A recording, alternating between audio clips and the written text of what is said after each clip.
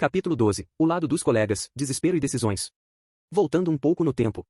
Em um dos quartos reservados para as pessoas invocadas dentro do Palácio Real do Reino Airi, Yaigashi Shizuku observava sua melhor amiga que ainda estava dormindo com um humor sombrio.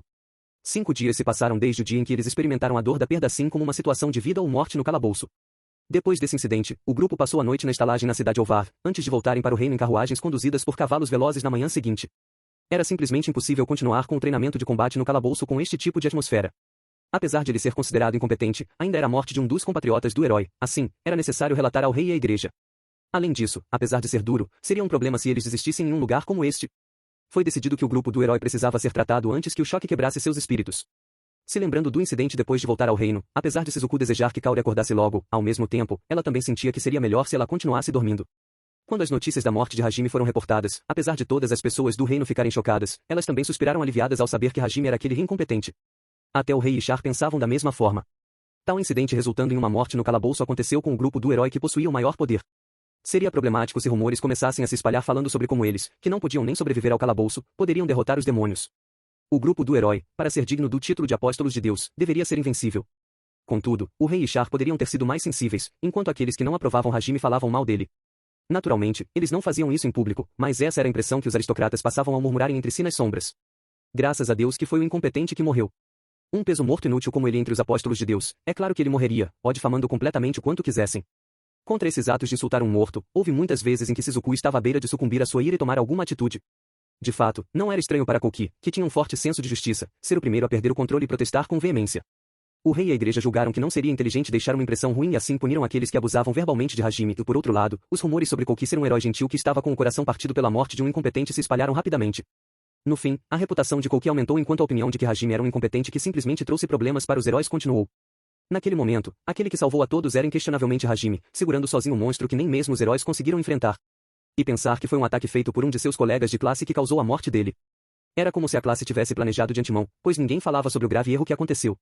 Eles deviam estar confiantes de suas próprias magias, mas naquele momento, com incontáveis ataques mágicos formando uma tempestade, pensar em algo como, se por acaso foi a minha magia, os impedia de falar sobre o assunto. Desta forma, isso significaria que todos eram culpados de assassinato.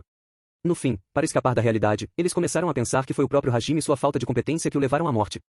Os mortos não podem falar. Ao invés de inutilmente procurarem por um culpado, todos se sentiram menos culpados se o que aconteceu fosse simplesmente Hajime sofrendo as consequências de seus próprios atos. As opiniões dos colegas de classe eram tão consistentes que eles chegaram a um entendimento mútuo sem precisarem conversar. O comandante Meld considerou a necessidade de questionar os estudantes para esclarecer os detalhes do incidente. Entretanto, com os alunos tentando escapar da realidade, seria difícil para eles pensarem que foi um simples fogo amigo sobrescrito uma. Mesmo que tenha sido por negligência, ele estava convencido que cuidar do psicológico dos estudantes iria claramente provar culpa ou inocência. Se isto fosse deixado sem resposta, seria um problema para o futuro. Mais importante que isso, o próprio Meld queria resolver isso. Incapaz de ajudar Hajime que estava pedindo ajuda, o comandante Meld também estava arrasado. Contudo, as ações do comandante Meld não resultaram em nada. Ishar baniu todas as investigações a respeito dos alunos. O comandante Meld insistiu, mas não pôde resistir assim que o rei o proibiu também. Se você souber disto, você ficará nervosa. Shizuku murmurou enquanto segurava a mão de Kaori que não tinha acordado nenhuma vez desde aquele dia. De acordo com o diagnóstico do médico, o corpo dela estava completamente bem, mas seu sono profundo devia ser uma defesa para proteger sua mente do choque psicológico. Assim, depois que algum tempo se passasse, ela iria naturalmente acordar. Segurando a mão de Kaori, Shizuku rezou para ninguém em especial. Por favor, não machuque mais a minha bondosa melhor amiga. Neste momento, a mão de Kaori que ela estava segurando se contraiu. Kaori.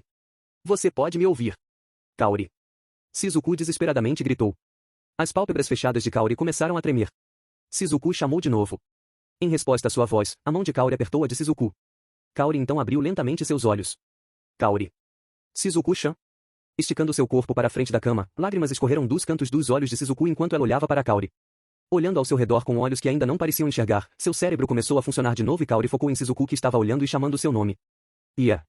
Isso. Sou eu. Kaori, como está o seu corpo? Você sente algum desconforto em algum lugar?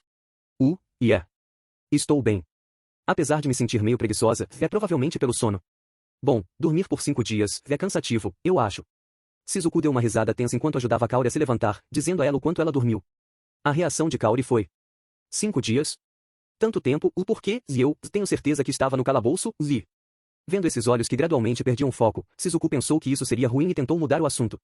Contudo, Kaori foi mais rápida e recuperou suas memórias. Então, Nagumo-kun. Tsuu, é isso.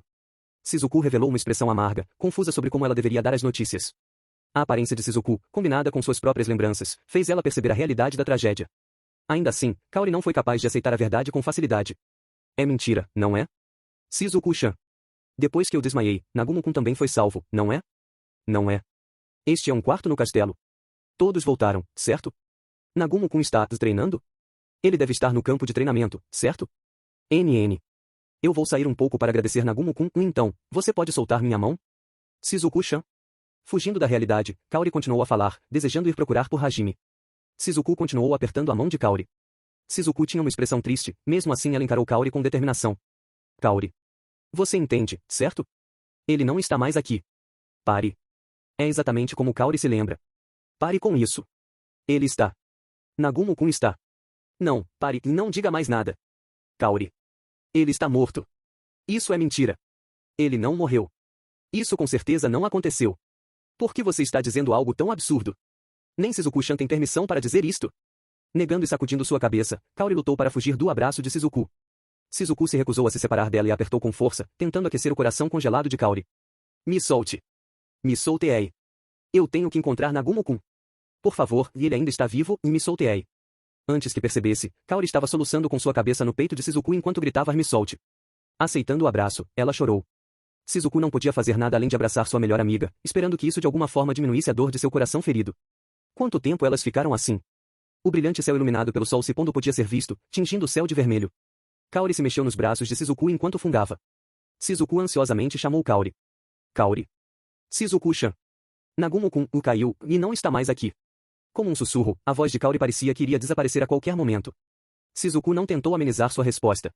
Enfeitar a situação com palavras doces poderia fornecer um alívio temporário. Contudo, no fim, isso simplesmente voltaria como uma ferida irreparável no futuro. Acima disso, ela não queria que sua melhor amiga se ferisse mais. Isso mesmo. Naquele momento, Nagumo-kun foi atingido por um de nossos ataques. Quem foi? Eu não sei. Ninguém quer tocar no assunto. É assustador pensar sobre isso. Suponha que tenha sido eu. Entendo. Você me odiaria? Eu não sei. Se eu soubesse quem, eu certamente me ressentiria. Mas, como eu não tenho ideia, é provavelmente melhor. Com certeza, eu não seria capaz de controlar meus sentimentos. Então. Kaori segurou sua cabeça. Eventualmente, Kaori esfregou seus olhos que estavam vermelhos e levantou sua cabeça para olhar para Shizuku. Assim, ela declarou com determinação. Shizuku-chan, eu não acredito. Nagumo-kun ainda está vivo. Eu não acredito que ele está morto. Kaori, isso é. Shizuku mais uma vez tinha uma expressão dolorosa com as palavras de Kaori e queria persuadir ela. Entretanto, Kaori colocou suas mãos nas bochechas de Shizuku e disse com um sorriso. Eu sei. É estranho pensar que alguém poderia sobreviver depois daquela queda, mesmo assim, não está confirmado. As chances podem ser menores do que 1%, mas enquanto isso ainda não for confirmado, e enquanto não for 0, e eu quero acreditar. Kaori. Eu vou ficar ainda mais forte. Forte o bastante para proteger todos mesmo que enfrentemos essa situação de novo, até eu confirmar isso com meus próprios olhos. O assunto sobre Nagumo-kun. Shizuku-chan. O que é? Por favor, me empreste a sua força. Shizuku encarou fixamente os olhos de Kaori que estavam a observando. Não havia nenhum pingo de insanidade nem escapismo sobrescrito nesses olhos. Dentro deles havia o simples desejo de se recusar a desistir até que ela estivesse convencida. Kaori era inflexível quando ela ficava assim. Até mesmo a família de Kaori tinha problemas para lidar com esta pessoa teimosa, imagine Shizuku sozinha. Normalmente, a possibilidade de Kaori desistir poderia ser reduzida a 0 e descartada. Era perfeitamente normal pensar que ela estava tentando escapar da realidade, já que acreditava que uma pessoa poderia sobreviver a uma queda dentro daquele abismo. Talvez a maioria das pessoas, incluindo Ryutaro e seu amigo de infância, Kouki, tentariam corrigir o pensamento de Kaori. Era por isso que... É claro que irei. Eu vou te acompanhar até você ficar satisfeita. Shizuku-chan. Kaori abraçou Shizuku. Obrigada, e a agradeceu repetidas vezes. Não há necessidade para me agradecer, nós somos melhores amigas, não é? Não importa como você olhasse para isso, Shizuku era como um cavaleiro. Seu título de samurai moderna não era apenas para exibição. Nesse momento, a porta do quarto subitamente se abriu. Shizuku. Kaori, Zakor. Oh. Como está? Kaori. Eram Kouki e Ryutaro que provavelmente foram verificar a condição de Kaori. Aparecendo em suas roupas de treino, eles estavam totalmente sujos. Desde aquele dia, os dois tinham devotado seus corpos aos treinamentos, com a morte de Hajime pesando em suas mentes. Afinal, eles hesitaram na hora de recuar e a situação acabou piorando. Aquele que os salvou da morte certa foi Hajime. Não querendo expor uma cena tão vergonhosa de novo, eles pareciam ter ganho muito espírito de luta. Essas duas pessoas estavam agora congeladas na entrada do quarto. Uma Shizuku surpresa perguntou. Vocês dois, o que? Desculpe. Não queríamos interromper. A pergunta de Shizuku foi tragada pelas palavras deles antes que ela pudesse terminar. Passando a sensação de estarem vendo algo que eles não deveriam ter visto, eles deixaram o quarto em pânico. Vendo os dois, Kaori também estava com um olhar vazio. Contudo, a inteligente Shizuku percebeu a razão. Kaori estava atualmente sentada no colo de Shizuku e segurava as bochechas de Shizuku com suas mãos. Seus rostos estavam perto o bastante como se elas fossem se beijar. Quanto a Shizuku, para dar apoio a Kaori, seus braços estavam ao redor da fina cintura de Kaori e seu ombro, parecendo um abraço. Em outras palavras, uma intensa cena Yuri sobrescrito 3 estava completa. Se isto fosse um mangá, o fundo estaria cheio de flores brotando. Shizuku suspirou profundamente. Dando uma olhada em Kaori que ainda estava com um olhar confuso e não tinha entendido a situação, ela gritou. Entrem logo seus idiotas. Notas. Fogo amigo significa ataque feito por amigos, colegas ou aliados. É uma expressão utilizada em guerras quando algum ataque ou bombardeio atinge as próprias tropas ou as tropas aliadas, normalmente por erro de cálculo ou de interpretação. Escapismo é a tendência para fugir à realidade ou à rotina, especialmente com coisas desagradáveis, desviando a mente para outras ocupações ou entretenimentos. Yuri é um termo para se referir a histórias que envolvem um relacionamento amoroso entre mulheres. Continua no próximo capítulo.